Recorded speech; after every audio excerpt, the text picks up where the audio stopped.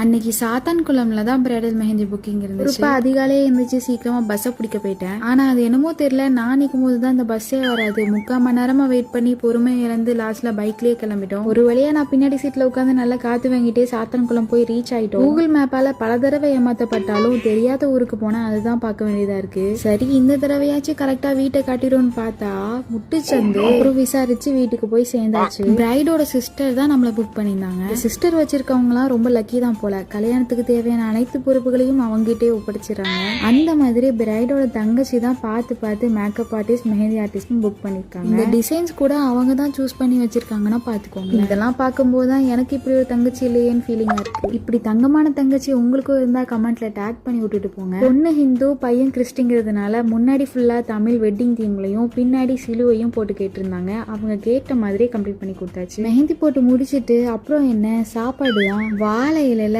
Veg meal சாப்பிட்றதே ஒரு தனி சந்தோஷம் தான். ரொம்ப அருமையா இருந்துச்சு. நல்லா சாப்பிட்டுட்டு அங்கிருந்து கிளம்பிட்டோம். போற வழியில திருச்செந்தூர் சாந்தி பேக்கரியில புதுசா ஸ்வீட்ஸ்லாம் வாங்கி ட்ரை பண்ணிட்டு அங்கிருந்து வீட்டுக்கு போய் ரீச் ஆயிடுச்சு. இந்த மாதிரி உங்க வீட்டு ஃபங்க்ஷனுக்கும் நான் மெஹந்தி போடணும்னா என்னை கான்டாக்ட் பண்ணுங்க. நெக்ஸ்ட் vlogல பார்க்கலாம்.